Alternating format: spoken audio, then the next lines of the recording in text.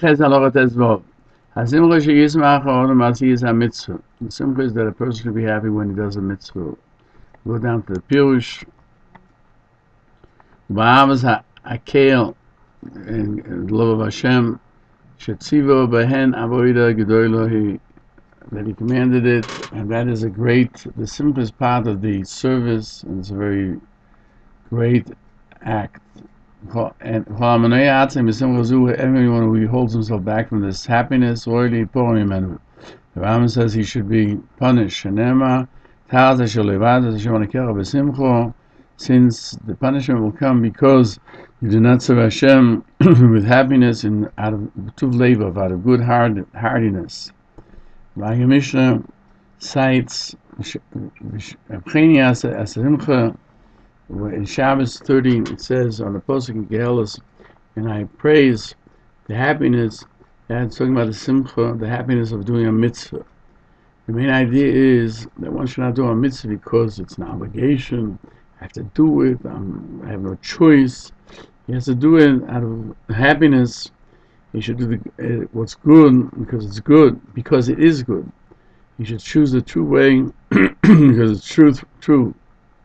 And should become light in his eyes the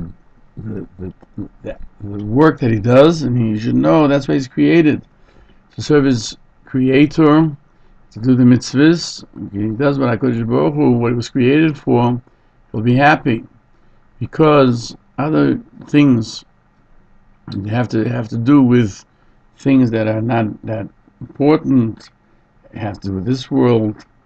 But the simcha of doing the mitzvah, limud Torah, and wisdom is a true simcha, and that is what Shlomo HaMelech says when he says that praiseworthy is the simcha, the wisdom. He says, "B'nei odam chacham li b'ni." He says, "My son, im chacham li b'cho," if your heart is wise, yismach li b'gam oni, so too I shall be happy. So says HaKadosh Baruch Hu. That's what Shlomo HaMelech writes in Mishlei 23:15. He gives honor to himself, and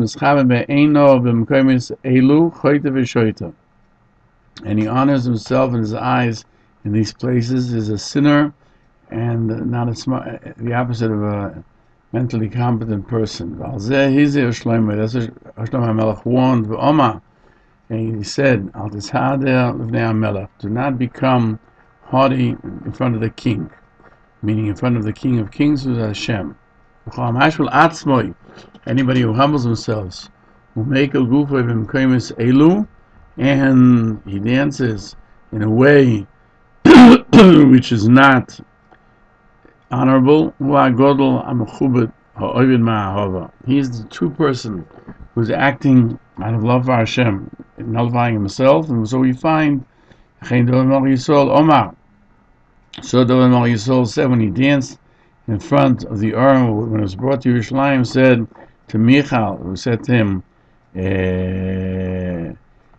you acted like one of the wanton boys, that I would do even more, and I would be humble in my eyes in order to be happy before Hashem. The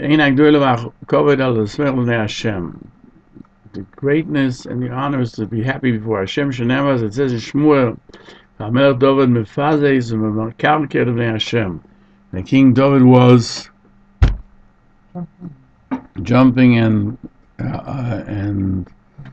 making noises before Hashem, because that's the greatness of showing that before Hashem we are all humble beings. The Orlaner question that the Rambam left out, how one gathers the water and how one lights the menorah, which is mentioned in the Mishnah. The Mikvocha answers that there wasn't a specific takana, enactment on how to do it. Everyone did it according to the way he could do it. That the Chachamim explain how they actually implemented it. We should point out in Halacha Yud Beis that they prepared the Beis Hamikdash, a place for women to have their own area and men below, in order that there should not be a mixing of the sexes in the Beis Hamikdash. We find this in Hilchos Sukkah 51b. Now we're finishing Hilchos Lulav, the Ravid, Hilchos Avodah Zorah, and Hilchos Beis Abchira. Discusses that it's forbidden to add wood in the Beis Hamikdash, and how were they able to do that. Let's just conclude with the language of the Mishnah. Slikalahu. We have finished Hilchos Lulav. Shevach leboichen kloyes v'leiv. A praise to he who is able to check out and verify the kidneys and the heart of a person, meaning what his thoughts are and what his emotions are as well. May we merit the similar basis for Eva this year.